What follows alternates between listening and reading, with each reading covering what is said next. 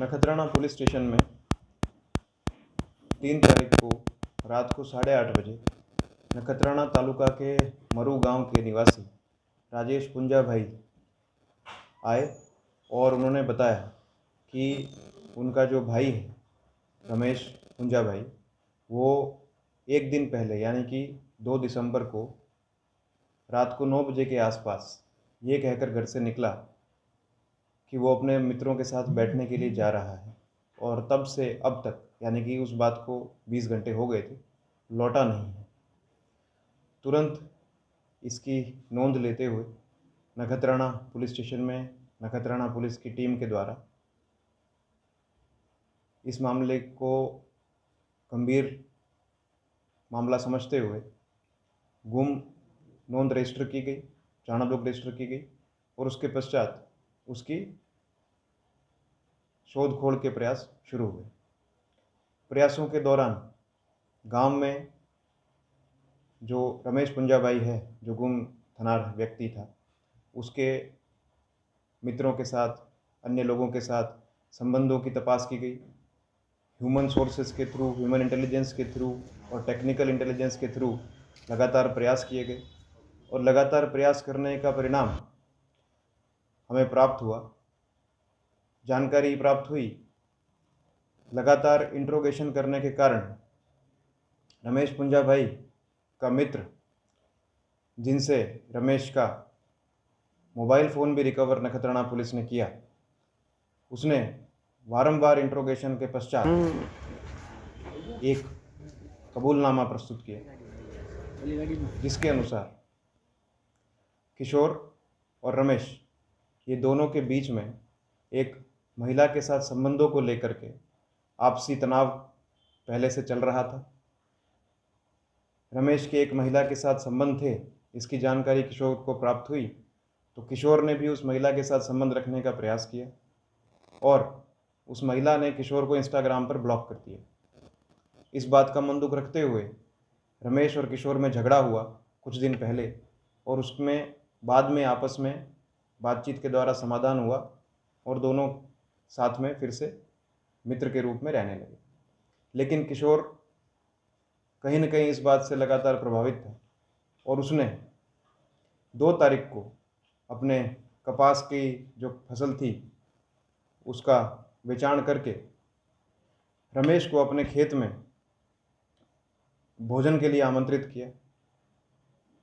आमंत्रण पाकर रमेश और किशोर दोनों मोटरसाइकिल पर रात को 9 बजे के आसपास किशोर की वाड़ी में जाने के लिए रवाना हुए, और रास्ते में उनको विनय उर्फे सुमित, जो मरुगाई निवासी है, वो भी उनका मित्र है, वो मिला, और उसको भी वो अपने साथ में वाड़ी पर ले गए।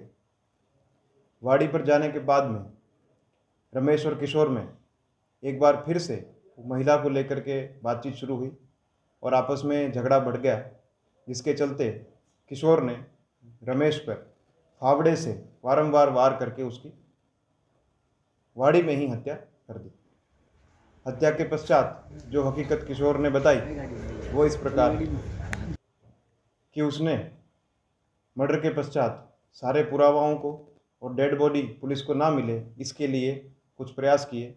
उसने सबसे पहले तो कुल्हाड़ी और धारिया की मदद से रमेश के शरीर से उसका सर अलग किया, और उस सर को वाड़ी के ही 1 नंबर के बोरवेल में डाल दिया, और उसके ऊपर पत्थर डाल दिए। इसके पश्चात रमेश के दोनों हाथ अलग किए, और दोनों हाथों को दूसरे नंबर के बोरवेल में डाला, और रमेश की चप्पल को भी उस बोरवेल में डाल दिया। तीसरे नंबर के जो बोरवेल था उसमें उसने कुल्हाड़ी और धारिया को एक थैली में डाल करके उसमें डाल दिया, और उसमें भी उसने पत्थर डाल दिए। इसके पश्चात एक जूना कुआं जो गांव में था, उसमें भी उसने वहाँ जो माटी थी, जो वहाँ पे लोही लग गया था मर्डर के स्थान पर, उस लोहे मतलब जो खून था वहाँ पे, वो खून से भरी मिट्टी को एक बैग में डाल करके वो जूने कुएं में उस बैग के साथ उसको डाल दिया, ताकि पुलिस को भविष्य में पुरावा ना मिल सके। इसके अलावा उसने जो रमेश का शरीर था उसको वाड़ी में ही 174 सेंटीमीटर लंबाई का और लगभग 2 से 2.5 फीट की गहराई का गड्ढा खोद करके उसमें प्लास्टिक की थैली में डाल करके उसमें माटी डाल दी।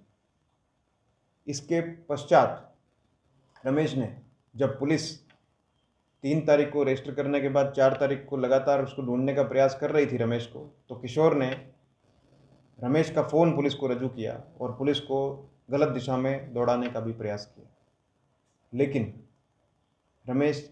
किशोर की ये इंट्रोगेशन के पश्चात जो डिटेल्स प्राप्त हुई, वो डिटेल्स के बाद में कल नखत्राणा पुलिस स्टेशन जो लोकेशंस किशोर ने बताई थी उसकी वाड़ी में गई और वहाँ पर जाकर के सभी बोरवेल से और ये प्लेस ऑफ ऑफेंस से रमेश का धड़ भी बरामद किया है। बोरवेल से हाथ, चप्पल, शरीर के अन्य अंग, सर के पार्ट्स भी बरामद करने में नखत्राणा पुलिस स्टेशन ने काम किया है और ये गंभीर मामला है। इसकी तपास भी इसी गंभीरता से नखत्राणा पुलिस स्टेशन की टीम द्वारा की जाएगी। लेकिन इस मौत को, ये किशोर के इस प्रयास को पूरी तरह से विफल करने में नखत्राणा पुलिस स्टेशन जो छुपाने का जो प्रयास था, उसमें नखत्राणा पुलिस स्टेशन की पूरी टीम का बहुत ही सराहनीय कदम रहा। एक गुम नोंद को इतना सीरियसली लेते हुए नखत्राणा पुलिस स्टेशन की पूरी टीम ने जिस तरह से कुछ ही दिनों में एक गंभीर प्रकार का जो एक मर्डर केस है उसको जिस तरह से डिटेक्ट किया है, इसके लिए पूरा का पूरा श्रेय नखत्राणा पुलिस स्टेशन की पीआई और उनकी पूरी टीम को जाता है। तो नखत्राणा पुलिस स्टेशन के हमारे जो टीम है जिन्होंने इस केस में रात दिन एक करके इसको डिटेक्ट किया है, उसमें नखत्राणा पुलिस स्टेशन के हाल ही में डीजीपी डिस्क से सम्मानित हमारे पीआई एम मकवाणा और उनके साथ में PSI RD Begadiya, MV Shamda, ASI Pinkraj Singh Solanki, Virendra Singh Jadeja, Jayanti bhai Majhi Rana, police head constable Dilip bhai Damor, Mohan bhai Ayar, Narendra Singh Soda, police constable Mukesh bhai Modi, कुंपा भाई चौधरी तथा दामजी भाई जेपार, ये सभी को इस डिटेक्शन का पूरा क्रेडिट जाता है। मामले की जांच जारी है। हमारी टीम सभी वैज्ञानिक पुरावाओं को वैज्ञानिक तरीके से कलेक्ट कर रही है। एक्सपर्ट्स की भी ओपिनियन ले रहे हैं, राय भी ले रहे हैं। बोरवेल संचालकों के साथ भी हमारा लगातार संपर्क है, क्योंकि बोर की गहराई काफ़ी है और अन्य चीज़ें भी बिल्कुल साइंटिफिक तरीके से बरामद हो, इसके लिए हम लोग प्रयास कर रहे हैं। इन्वेस्टिगेशन अभी जारी है। नमस्कार। सर, इसमें जो 2 बंदे उसके साथ में जुड़े थे, जो आपने बताया था, इसमें एक व्यक्ति उसके साथ जुड़ा था किशोर का, उसका नाम है विनय उर्फे सुमित, वो भी इस क्राइम में शामिल है। और सर, आरोपी को कैसे टिप्स मिली थी? कोई क्राइम शो देखा था? कैसे पूरी वारदात को अंजाम? ये आरोपी से अभी इंट्रोगेशन जारी है। अभी हाल ही में आरोपी से जो इंट्रोगेशन हुआ है उसमें हमारी प्रायोरिटी यही है कि आरोपी जो हकीकत बता रहा है उस प्लेस पर जाकर के हम वो चीज़ें पहले बरामद कर लें। डिटेल इंट्रोगेशन अभी हमारा उसका बाकी है, वो भी हम लोग करेंगे। सर, वो बोरवेल में ऐसी घटनाएं को अंजाम घटना बनती जा रही है। हाल ही में एक बनाव सामने आया और जो खेडूत मालिक हैं उनसे आप क्या अपील करेंगे? जैसा पिछले 1 साल का अनुभव है, उसमें बोरवेल में जाने की 2 घटनाएं बनी हैं। पहले एक लड़की की घटना बनी थी, उसकी उम्र भी बालिग थी वो, और अभी एक रिसेंटली एक लड़के की घटना बनी है बोरवेल में जाने की, वो भी दोनों बालिग हैं। दोनों ही बोरवेल पूरी तरह से ढके हुए थे और व्यक्ति ने सुसाइड करने के मकसद से वो बोरवेल को हटा करके उसमें जंप लगाया है। तो ये सुसाइड का जो एमओ है ये थोड़ा सा चिंतित करने वाला है, क्योंकि बोरवेल में फिर उसको बचाने के प्रयास में भी एनडीआरएफ की टीम को, आर्मी को, सभी को जोड़ना होता है और उसमें काफ़ी समय लगता है। प्लस वो बॉडी को रिकवर करने में भी पुलिस को काफ़ी और अन्य प्रशासन के अन्य अंगों को भी काफ़ी मशक्कत करनी पड़ती है।